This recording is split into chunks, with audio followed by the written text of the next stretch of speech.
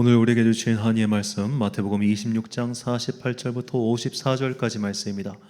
마태복음 26장 48절부터 54절까지의 말씀, 저와 함께 한 절씩 교독하시겠습니다. 예수를 파는 자가 그들에게 군호를 짜 이르되 내가 입맞춘 자가 그이니 그를 잡으라 한지라.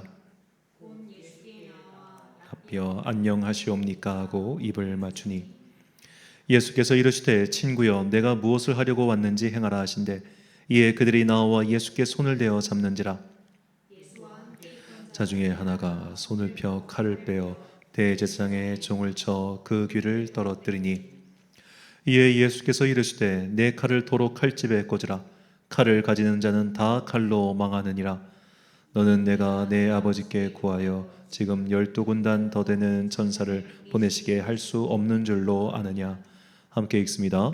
내가 만일 그렇게 하면 이런 일이 있으리라 한 성경이 어떻게 이루어지겠느냐 하시더라. 아멘. 악에 바치면 악이 된다라는 제목으로 하나님의 말씀 선포하겠습니다. 자, 우리말 관용 없고 요새는 거의 안 쓰는 표현인데 악에 바치다라는 말이 있죠. 몹시 성을 내거나 모질게 행동하다라는 뜻인데, 어떤 사람이 악에 바치는 행동을 한다라고 표현할 때는 그 전제되는 상황이 있습니다. 그가 악을 바치게 만드는 상황이 전제되는 겁니다. 사람이 그냥 멀쩡한데 속병 나가지고 막 화를 내면 미친 사람이죠. 근데 악에 바치다는 그런 미친 사람을 표현한 게 아니라 계속 억압당하고 괴롭힘 당하다 보니까 자기도 모르게 으악 하면서 막 승질내는 게 악에 바치다는 의미죠. 자, 이렇게 악에 바쳐서 지금 싸우고 있는 게 이스라엘과 팔레스타인 사이라고 생각합니다. 정확히 지난주 토요일, 그러니까 이스라엘 날짜로는 그들의 토요일 안식일에 바로 이 전쟁이 벌어졌습니다. 그런데 그냥 안식일도 아니고 이스라엘 1년 중 최대의 명절인 초막절 축제 마지막 날 이 일이 벌어졌어요. 그래서 이 가자 지구를 가지고 있던 하마스 무장단체가 행글라이더를 타고 불도저로 밀어버려 가지고 거길 넘어서 키부츠라고 하는 이스라엘 사람들이 공동 농장을 하는 그런 데가 있어요. 그 마을에 들어가 사람을 싹 다 죽이고 이런 일들이 벌어졌습니다. 일주일 동안 계속 이 뉴스를 보고 또 전문가들의 이야기를 계속 경청하면서 제가 가지고 있었던 어떤 그 생각이 조금 바뀌었어요. 저는 사실 이 현대 이스라엘 역사에 있어서 이스라엘 편을 들지 않고 좀 팔레스타인 쪽으로 마음이 많이 기울이는 쪽이었습니다. 왜냐하면 이스라엘이 너무 강했거든요. 얘네는 너무 강하고 얘네는 너무 약해. 그래가지고 좀 강한 애가 약한 애를 두드려 패고 있는 걸로 보였어요. 근데 일주일 동안 정말 많은 나름대로 연구와 자료 수집을 하다 보니까 제가 생각이 바뀌었고 또 이것보다 더 중요한 것을 깨닫게 됐어요. 우리나라 개신교인들 사이에는 이 이스라엘을 바라보는 두 가지 관점이 존재해요. 하나는 무조건 우호적인 관점입니다. 이스라엘은 그냥 좋은 나라, 우리의 우방국가, 하나님께 선택하신 민족, 착한 편, 이렇게 생각하는 관점이 있고, 또 반대로 극단적으로 쟤들은 그냥 팔레스타인을 억압하는 미국의 앞잡이, 그리고 막강한 금권력을 바탕으로 해서 미국을 조종하고 있는 악의 세력으로 보는 젊은이들의 시각도 있어요. 자, 이 두 가지 시각이 모두 공존하고 있는데, 제가 이 모두가 각각 문제가 있다는 것을 이번에 제가 개인적으로 깊이 연구하면서 깨닫게 됐습니다. 자, 이스라엘 문제를 제일 이제 우리가 우려해야 되는 사람들이 어떤 사람들이냐면, 이거를 그냥 종교 간의 분쟁으로 해석하는 사람들이에요. 이것은 그냥 이슬람과 그리고 유대교 및 기독교 세력과의 다툼이다, 갈등이다, 그렇게 생각하는 사람들이, 그렇게 말하는 사람들이 있어요. 우리나라 중동 전문가들 90%는 이렇게 이야기합니다. 그런데 이런 주장을 하는 사람이 누구냐면 바로 무슬림 형제단이에요. 그러니까 이슬람의 과격한 무장단체가 하는 주장이 바로 이것은 이슬람과 기독교 세력 간의 무장투쟁이다라고 말합니다. 그들이 그렇게 말한 이유가 있더라는 거예요. 이것을 저는 이번에 이스라엘과 팔레스타인 사이의 분쟁의 역사 속에서 발견했고, 오늘은 좀 시사적인 내용이 많겠지만 좀 이것에 대해서 말씀을 드리고자 합니다. 이것에 대해서 말씀을 드리는 궁극적인 이유를 미리 결론을 말씀드리자면, 사람이 악에 바치면 나도 모르는 사이에 악으로 변해 있더라는 거예요. 누군가를 격렬히 미워하고 증오하면 세월이 흐르니까 똑같은 짓을 하더라는 겁니다. 이스라엘과 팔레스타인이 그래요. 자, 이 현대 이스라엘 건국에는 굉장히 중요한 사상적 배경이 있는데 바로 시오니즘이라고 하는 겁니다. 유대 복고주의라고도 하는데 이것은 19세기 오스트리아의 기자 출신인 테오도르 헤르츠라는 사람이 주장한 거예요. 이 사람이 이런 주장을 하게 된 배경이 있는데 그것은 프랑스의 간첩 조작 사건이라고 하는 드레피스 사건 때문입니다. 이 드레피스라고 하는 프랑스의 포병 육군 대위가 있었는데 이 사람이 간첩으로 독일의 간첩으로 오해를 받아서 복역하게 됩니다. 그 직을 박탈당하고. 그래서 이 드레피스 사건이 너무 엉성하고 완전한 조작극이어가지고 당시 프랑스 내에서도 여론이 안 좋았어요. 제 유대인이라고 그냥 누명 뒤집어 씌워서 쫓아낸 거 아니냐, 그런 반대 여론이 많았습니다. 이웃나라 오스트리아에서 그 사건을 본 테오도르 헤르츠리 유대인들이 언제까지 이렇게 살 수 없다, 우리도 자기만의 나라, 자기만의 국가가 필요하다라고 주장을 한 게 1890년대 말이었어요. 그리고 20세기 초반. 그런데 그 당시에 이 헤르츠의 주장에 동조하는 유대인들이 많지 않았습니다. 왜냐하면 유럽 땅에서 그래도 저런 차별이 있고 억압이 있긴 하지만 그래서 어디로 가라는 거야 도대체, 갈 데가 없잖아 이러면서 다들 머뭇머뭇거리고 있었어요. 그런데 그때 이 테오도르 헤르츠의 주장과 함께 이 시오니즘주의에 찬동해서 팔레스타인 쪽으로 먼저 이주해서 조금씩 정착촌을 만들고 있던 사람들이 있습니다. 그들이 누구냐면 러시아에 살고 있던 유대인들이었어요. 그러니까 러시아가 소련이라고 하는 나라가 생기기 전에 러시아 제국이 있었는데 황제가 다스리던 러시아 제국, 이게 이제 그 볼셰비크 혁명으로 무너지는데 그 혁명으로 무너지기 전에 러시아 제국에서 국민들의 반감을 돌리기 위해서 유대인들을 엄청 학살하고 괴롭힙니다. 그러다 보니까 유대인들이 진짜 우리 이러다 죽겠다, 못 살겠다 해가지고 이 테오도르 헤르츠의 시오니즘과 찬동을 해서 팔레스타인 땅으로 조금씩 이주하기 시작했어요. 그런데 그 당시 팔레스타인 땅을 다스리고 있었던, 실효 지배하고 있었던 국가가 오스만 투르크라고 하는 국가입니다. 마지막 이슬람 제국이라고 부르죠. 자, 이 오슬람 투르크의 이 국경이 오늘날 이집트, 이란, 이라크, 사우디아라비아, 터키 다 차지하고 있었던 엄청난 대제국이었습니다. 그런데 이 오스만 투르크가 언제 무너지느냐? 1차 세계대전 때 이 나라가 독일 편을 들어요. 그래서 쫄딱 망합니다. 그리고 그가 다스리고 있던 나라들이 다 이제 연합군에 의해 해체되는데 이때 팔레스타인 땅을 차지한 나라가 바로 영국이었습니다. 자, 그래서 영국이 팔레스타인 땅을 차지했는데 영국이 1차 세계대전 때 전쟁을 할 때 영국을 뒤에서 물자를 후원해준 집단이 있었어요. 그들이 누구냐면 유대인 출신의 부호 가문이었던 록펠러 가문입니다. 이 록펠러 가문이 1차 세계대전 당시에 계속해서 영국을 후원해주다 보니까 영국이 이제 전쟁 끝나고, 야 록펠러 너희 너무 고마워, 혹시 우리가 너희를 위해 뭐 해줄 게 없을까? 해가지고 그때 록펠러 재단을 통해서 유대인들이 요구한 게 뭐냐면 팔레스타인 그 땅에 우리가 살 수 있게 해줘, 합법적으로. 그러니까 지금까지는 어떻게 이 사람들이 이주를 했냐면은 사람들에게 땅을 샀어요. 그 팔레스타인에 있는 사람들에게, 지주들에게 땅을 사가지고 거기에 소규모로 정착촌을 만들고 살고 있었던 거예요. 그런데 이거를 우리가 합법적으로 거기에 거주할 수 있게끔 너희가 보호를 해줘, 이렇게 요구한 거예요. 이것이 그 유명한 1917년의 벨푸어 선언입니다. 그런데 이 벨푸어 선언의 문제가 뭐냐면 이 팔레스타인에 살고 있었던 아랍 사람들에게는 정반대의 약속을 했던 거예요. 너희 독립시켜 줄게, 그러니까 우리 좀 도와줘라고 해놓고 유대인들에게는 전혀 다른 약속을 함으로써 이런 모순된 현재 모든 분쟁의 원인은 사실 영국이 쥐고 있다라고 그렇게 볼 수 있겠습니다. 자, 그렇게 해서 이제 약속을 했으니까 이주를 시작했단 말이에요. 조금씩. 그때는 숫자가 적었어요. 그러다가 이 이주민들의 숫자가 왕창 불어나게 된 사건이 뭐냐면 2차 세계대전이었습니다.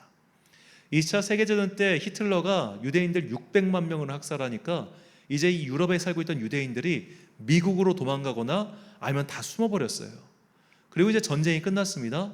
이제는 정말 이 땅에서 못 살겠는 거예요. 도저히 살 자신이 없는 거예요. 또 언제 이런 일이 벌어질지 모르고 더 이상 우리가 이렇게는 못 살겠다 해가지고 이들이 유대인들 정착촌에 있는 오늘날 현대 이스라엘 그쪽으로 넘어가기 시작해요. 그러니까 거기가 막 붕붕붕 하고 인구가 막 늘어나기 시작합니다. 그러니까 팔레스타인 사람들이 당황스러운 거예요. 오늘 갑자기 보니까 원래 10명 살던 집이었는데 100명이 살고 있네? 1000명이 살고 있네? 뭐지 이거? 당황하기 시작한 거예요. 비유를 하자면 우리 아파트에 새 집이 들어왔는데 처음에는 4가정이 살고 있었어. 근데 갑자기 40명, 50명, 60명이 살고 있네? 이거 뭐지? 자, 이런 식으로 해서 알박기에서 조금씩 영역을 넓혀갔는데 그 영토의 분량이 약 2% 정도였습니다. 2%. 자, 2%의 정도 땅을 차지했는데 인구가 막 어마어마하게 물려드니까 팔레스타인 사람들이 야, UN 우리를 좀 도와줘 UN 하고 UN에 제소를 했어요. 그런데 UN에서 이제 조사단이 파견됐는데 문제는 이 조사단들이 대부분 다 유대인들 편이었다는 거예요. 자, 왜냐하면 뭐 오늘날에도 똑같이 그 유엔에는 상임이사국 5개 국가가 있지 않습니까? 중국, 미국, 이제 오늘날 러시아, 소련, 프랑스, 영국. 자, 이 나라들이 사실 중국 빼고 전부 다 유대인 편이에요. 전부 다 유대인 편. 왜냐면 이제 아까 말씀드렸던 것처럼 이 러시아 출신의 유대인들이 많이 정착하지 않았습니까? 그 러시아 출신의 유대인들 중에 가장 유명한 그리고 이스라엘 초대 총리가 데비드 벤구리온이라고 하는 사람이에요. 이 벤구리온이 오늘날 이스라엘 공항 이름이기도 합니다. 자, 이 사람이 러시아 제국 출생이었고 러시아에서 탄압을 받아서 이스라엘로 넘어간 사람들이었기 때문에 이 초창기 이스라엘에 정착한 유대인들은 러시아 말을 굉장히 잘했고 러시아의 사람과 친했어요. 그러다 보니까 이 국제연합이 이스라엘 편을 들어줘가지고 2%의 땅만 차지하고 있었던 유대인들이 50%의 땅을 차지하게 됩니다. 그러니까 유엔이 야, 니네 그냥 싸우지 말고 서로 사이좋게 땅 반으로 갈라서 잘 살아 이래 버린 거예요. 마치 우리나라가 미국과 소련이 신탁통치 딱 들어갔을 때 아유, 야, 니네 복잡하다 복잡해. 그냥 38도선 중심으로 쫙 선 긋고 북쪽은 소련, 남쪽은 미국 이렇게 해야 끝. 이렇게 그냥 쉽게 결정해 버린 것처럼 이 팔레스타인 문제도 그냥 너무 쉽게 결정해 버린 거예요. 그래서 1947년도에 그냥 자, 이 노란색은 아랍 사람들, 팔레스타인 사람들이 살고 이 주황색 이쪽은 이스라엘 사람들이 살아. 이렇게 그냥 일방적으로 결정을 해버린 겁니다. 그러니까 이 팔레스타인 사람들이 얼마나 화가 나겠어요. 아니, 니들 지금 완전 굴러온돌이 박힌 돌 떼는 것도 유분수지 2%의 땅만 합법적으로 니네 땅이었지 어떻게 2% 갖고 있는 놈이 48%를 먹냐 이 도둑놈들아 해가지고 이대로 못 살겠다 전쟁하자 해가지고 팔레스타인이 전쟁을 일으킵니다. 먼저. 그런데 자기들은 싸울 힘이 없잖아요. 그러니까 형제들 도와줘요. 형제들 우리 다 땅 뺏기게 생겼어요. 억울해요. 이슬람 형제들 모여라 해가지고 아랍 연맹이 결성돼요. 10개 국가, 이집트, 오늘날 이집트, 시리아, 사우디아라비아, 이란, 이라크 등등 10개 국가 참전해가지고 저것들 다 없애버려, 몰아내버려 하고 전쟁에 참여했는데 이 전쟁에서 이스라엘이 이겨버립니다. 왜냐하면 두 가지 요인이 있는데 첫 번째로 든든한 우방 국가가 있었어요. 이스라엘의 이걸 건국 전쟁이라고 표현하는데 이 전쟁의 뒤에서 백업해 준 국가가 미국과 소련이었습니다. 그러니까 이길 수밖에 없었죠. 그리고 두 번째로 이 나머지 아랍 국가들이 당시 최신 전쟁의 경험이 없었어요. 그러니까 2차 세계대전 같은 최신 전쟁에서 이들이 딱히 참여해서 이룬 전적이 없기 때문에 이 전쟁을 몰랐는데 반면에 이 유대인들은 그야말로 독이 오를 대로 올라가지고 쳐들어봤는데 다 죽었어. 이런 모드였단 말이에요. 그래서 오히려 팔레스타인 구역이 줄어듭니다. 자, 처음에 1947년 분할함보다 훨씬 더 줄어드는 그 안에서 이렇게 아랍인들이 살게 됐죠. 흰색 부분은 예루살렘과 헤브론에 있는 지역, 이거를 이제 서안지구, 웨스트뱅크라고 부르고 여기 보면 가자라고 써 있죠. 저 밑에가 그 유명한 가자 지구로 이렇게 라인이 결정됩니다. 자, 이렇게 해서 이제 총 4차에 걸쳐 전쟁이 일어났어요. 1948년 건국 전쟁, 56년 수에즈 운하를 둘러싼 수에즈 전쟁, 67년에 6.1 전쟁, 그리고 73년에 욤 키프루, 이거는 속죄일인데 이 속죄일 전쟁이라고 하는 이 전쟁이 일어나게 되었습니다. 자, 이렇게 해서 팔레스타인과 이스라엘이 계속해서 막 싸우고 죽이고 테러를 일으키고 막 난리가 나니까 이 중동의 화약고가 돼버렸잖아요. 그래서 미국 입장에 이제 곤란해진 거예요. 미국도 저희까지 언제까지 돈 쓰고 신경 쓰고 이럴 수 없잖아요. 그리고 자국 여론도 별로 안 좋고. 그래서 1994년 빌 클린턴 대통령이 양쪽의 지도자들을 모아놓고 화해 협정을 맺습니다. 이걸 오슬로 협정이라고 불러요. 1993년 이스라엘과 팔레스타인 자치정부 사이에 맺어진 평화 협정입니다.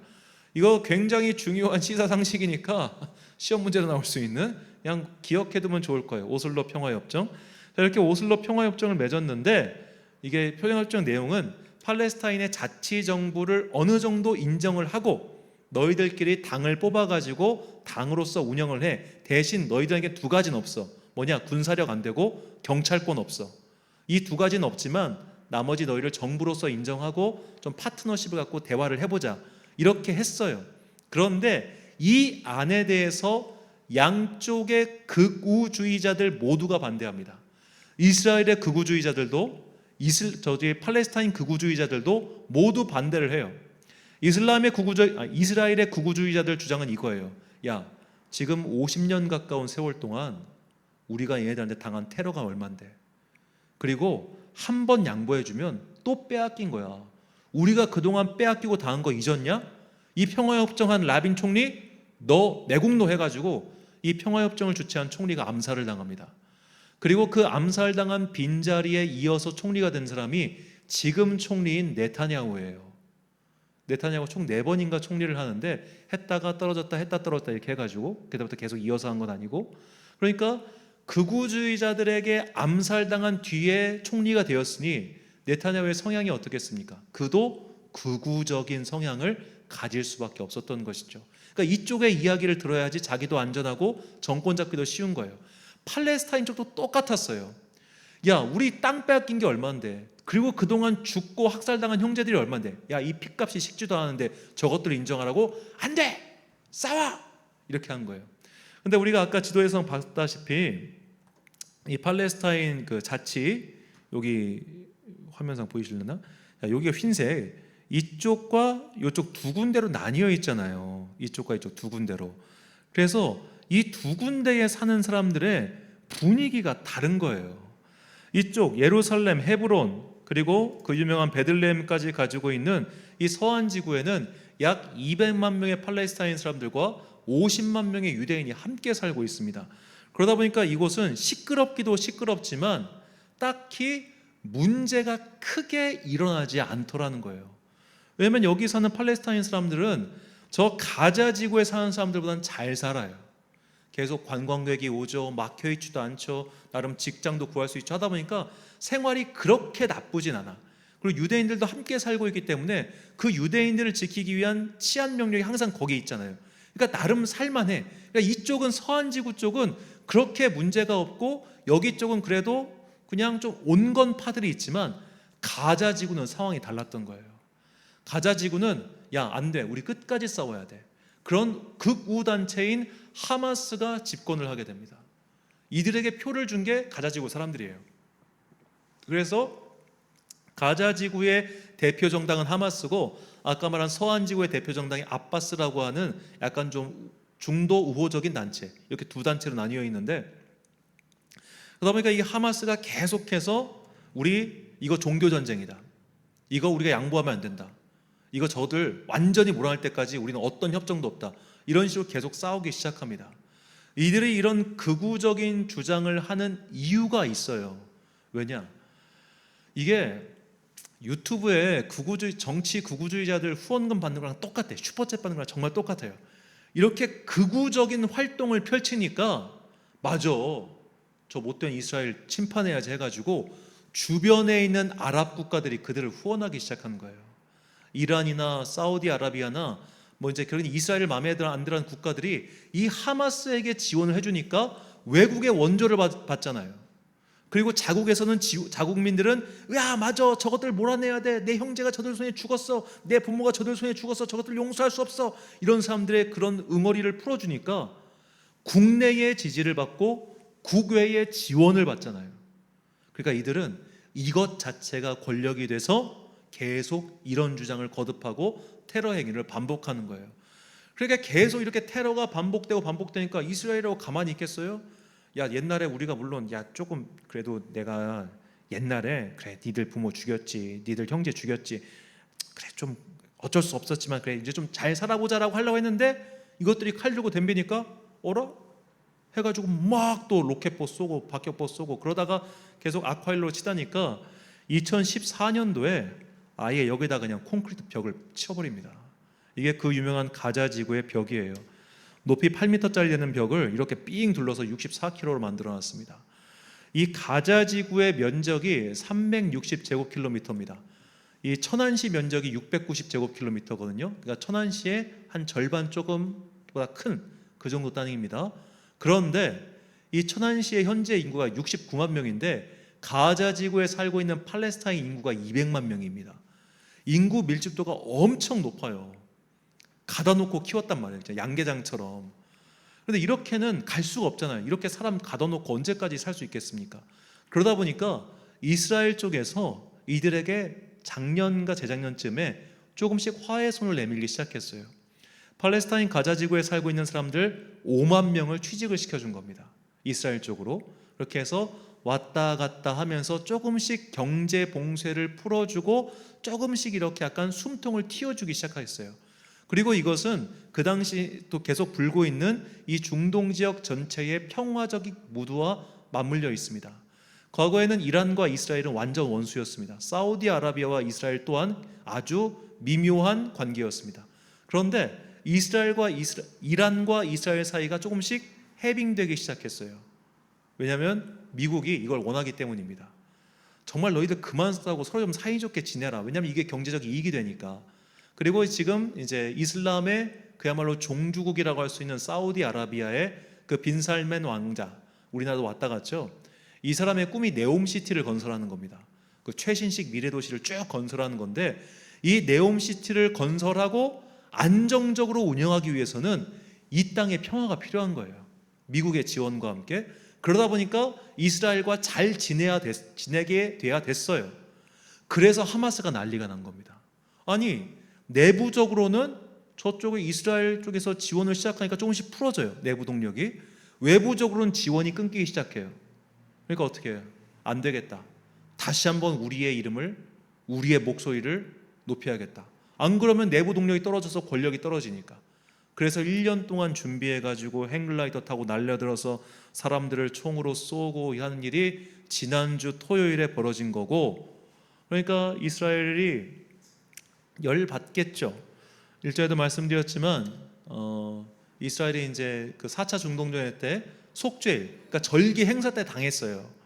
이게 이스라엘에게는 굉장히 큰 트라우마인데 이스라엘이 이제 예수님 전에 이제 헬라 제국에서 그 해방 전쟁이 벌어졌었는데 이제 마카비오 전쟁이라고 합니다. 이 전쟁 때 어떤 일이 있었냐면 전쟁 중에 안식일이 딱 겹친 거예요. 그러니까 이스라엘 군대가 싸우지 않습니다. 그냥 야 안식일이니까 오늘은 안식일 절기를 지키자 하고 딱 싸움을 멈춰요. 그런데 그때 헬라 제국 측에서 그걸 알고 찾아가서 이들을 다 몰살시켜 버립니다. 그런데 이 사람들은 그때만 해도 안식일에는 무엇도 해서는 안 돼라는 그 명령에 사로잡혀가지고 가만히 죽어요. 안식일에 몰상당한 거예요. 그래서 그 사건이 있고 나서 랍비들이 좀 이제 율법을 개정하긴 하지만 여하튼 이렇게 우리에게 굉장히 중요한 종교 행사 때 우리에겐 정말 생명과 같은 절기인데 이때 쳐들어와 이것에 대해서는 이 사람들이 정말 예민한 사람들인데 초막절 축제 마지막 날 쳐들어왔으니까 뚜껑이 열려버린 거예요. 그러니까 네타냐후 총리가 공개적으로 이렇게 발언합니다. 너희들 다 죽었어. 너희들 다 죽었어. 그 예전에 이 영화 민헨이라는 영화가 있는데요. 스티븐 스필버그 작품인데 그 영화에 보면 이스라엘 선수들이 독일 민헨 올림픽 때 테러를 당합니다. 그때 이제 이때도 이슬람 무장 형제단이 검은 사머리였던가요? 그들이 그 선수를 숙소를 잠입해가지고 막 우리 팔레스타인 독립을 원한다 하면서 그 이스라엘 그 선수들을 협박하고 다 죽고 뭐 그런 일이 벌어졌어요. 그 다음에 어떤 일이 벌어지냐면 이스라엘 첩보기관 모사드가 이 사람들을 20년 넘게 추적해가지고 관련자들 모두를 다 처형시킵니다. 지독한 사람들입니다. 그러니까 지금 이것도 끔찍하지만 아마 잠깐 이 전쟁에 대한 관심이 조금씩 줄어들기 시작하면 그때부터 하나하나 찾아가서 죽이는 사람들이 이스라엘 모사드라는 집단이죠. 뚜껑이 열렸어요. 눈이 돌아갔어요. 근데 이게 둘 다 악에 받쳐가지고 둘 다 괴물이 되어버렸다는 거예요. 전 이게 사실 현재 이 팔레스타인 문제의 핵심이라는 것을 이번에 깨달았습니다.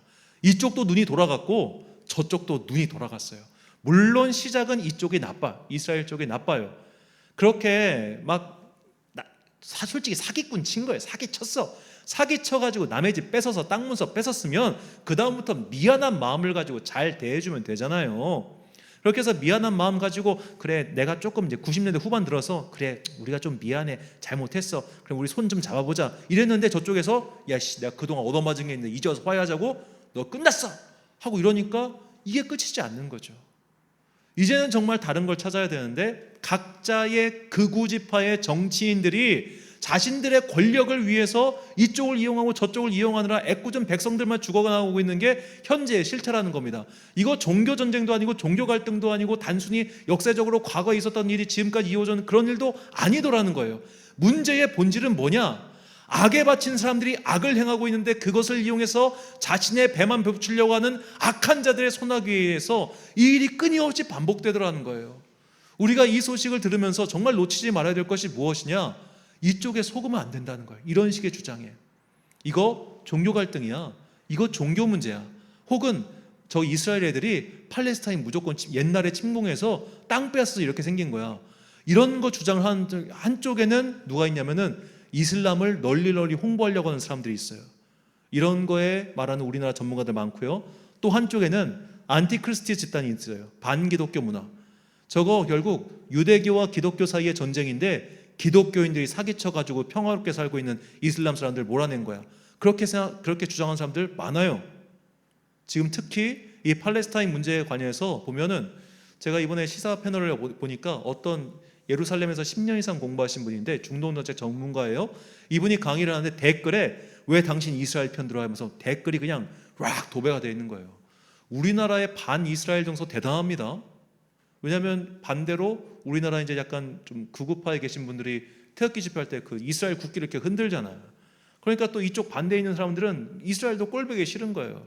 이게 참 문제예요. 그러니까 우리도 보면은 극우와 극자에게 조종당하는 사람들 정말 많아요. 자, 그런 식으로 이렇게 전쟁이 끊임없이 벌어지는 걸 보면서 우리가 악의 세력이 우리를 조종하고 악의 세력이 우리를 물들어가지고 지들만 뱃속만 채우고 있는 이 현실을 간파하는 눈이 없는 한 계속해서 이들에게 조종당할 수밖에 없더라는 거죠.